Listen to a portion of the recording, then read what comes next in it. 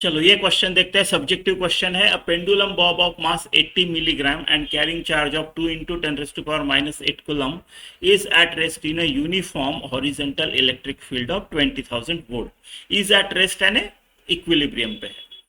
Find the tension in the thread of the pendulum and angle it makes with the vertical. तो आपका ये pendulum है, ये electric field है जो कि हॉरिजॉन्टल है, ठीक है। तो आपका पेंडुलम कुछ ऐसे हो जाएगा इक्विलिब्रियम पोजीशन पे, ऐसा, ठीक है, ऐसा। हॉरिजॉन्टल इलेक्ट्रिक फील्ड अपनी दिशा में फोर्स लगाता है पॉजिटिव चार्ज को, और निगेटिव चार्ज को अपोजिट में। अपने पास पॉजिटिव है तो अलोंग इलेक्ट्रिकल फील्ड फोर्स लगेगा, इसका mg नीचे आएगा। आप हॉरिजॉन्टल इलेक्ट्रिक फील्ड ऐसे भी ले सकते थे, कोई प्रॉब्लम नहीं। आपका पेंडुलम जो आता था इस पोजीशन पे आता था, कोई फर्क नहीं पड़ता कैलकुलेशन में, जैसे भी मैंने ऐसा पकड़ा है। और टेंशन इन द स्ट्रिंग, ये फोर्सेस हो गए। इक्विलिब्रियम पे है तो मैं एक काम करता हूँ, टेंशन के कंपोनेंट्स बना लेता हूँ, है ना। दो कंपोनेंट निकाल लेता हूँ टेंशन के। हमको वर्टिकल के साथ एंगल भी निकालना है। हमको निकालना क्या है, थीटा निकालना है और टेंशन निकालना है, ठीक है। तो अगर ये थीटा है तो ये भी थीटा है, अल्टरनेट एंगल्स आर इक्वल, तो टी कॉस थीटा हो गया, ये टी साइन थीटा हो गया, है ना।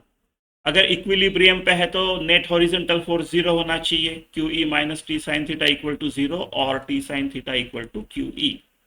Similarly t cos theta is equal to m g. Vertical equilibrium पे है, इट इज एट रेस्ट।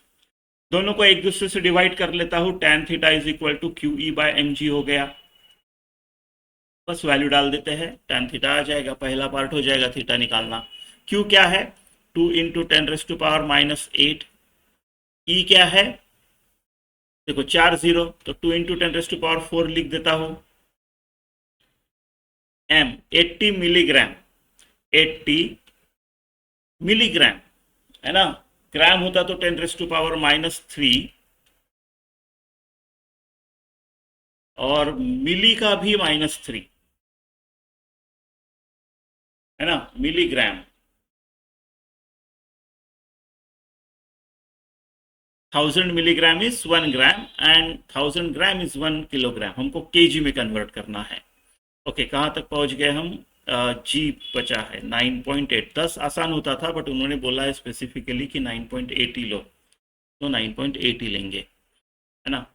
तो देखो 10⁻⁻6, 10⁻⁻8, अभी भी -2 बचा है। ये -2 इस 4 के साथ गया तो यहाँ पे 10 स्क्वायर बचा है।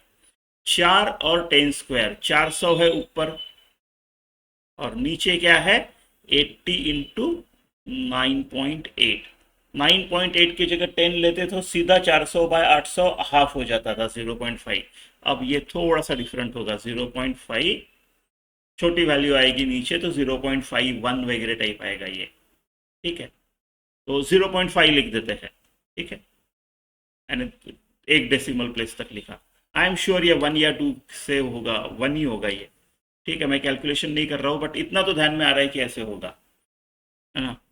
तो tan theta, theta is tan inverse 0.51। ये हो गया आपका पार्ट 1 का आंसर। पार्ट 2 क्या निकालना है, टेंशन निकालना है। तो ठीक है ना, आपको पता है सब। T cos theta equal to m g में डाल दो, या t sine theta equal to q e में डाल दो, या फिर squaring both sides and adding. Sine square theta plus cos square theta is 1, t square is equal to q e का whole square plus m g का whole square, उससे भी मिल जाएगा। सो काफ़ी तरीके हैं। मैं ये लेता हूँ, T is equal to q e upon sine theta. इसमें कैलकुलेशन शायद उतना नहीं करना पड़ेगा, है ना। क्यू ई ऑलरेडी मेरे पास किया था मैंने लास्ट टाइम, 4 इंटू 4 और -8, 4 इंटू 10⁻⁻4 होता है क्यू ई। साइन थीटा निकालते हैं, वो कैसे निकालेंगे, tan थीटा से साइन थीटा निकल जाता है ना। साइन थीटा जो होगा वो होगा आपका 1/कोसेक थीटा, और cosec square theta is 1 plus cot square theta, है ना। मेरे पास क्या है, tan है, तो कॉट कितना होगा फिर, tan theta is 0.5, tan theta is equal to 0.5 यानी 1/2, तो इसका मतलब cot थीटा क्या हो गया, 2। 1 प्लस, पहले लिख लेते हैं 1 प्लस कॉट स्क्वायर थीटा, तो ये आ गया 1 प्लस 4, 5। तो कोसेक थीटा जो है वो है √5। तो 1/sin थीटा यानी कोसेक थीटा, तो QE इंटू कोसेक थीटा √5, ये हो गया आपका टेंशन। √5 क्या होगा, 2 पॉइंट समथिंग, 4 2 8, ये 9 वगैरह कुछ आएगा, राइट। ये 9 आएगा, कर लो calculation. I think closest integer would be 9 into 10⁻⁻⁴ newton, ये आना चाहिए आंसर।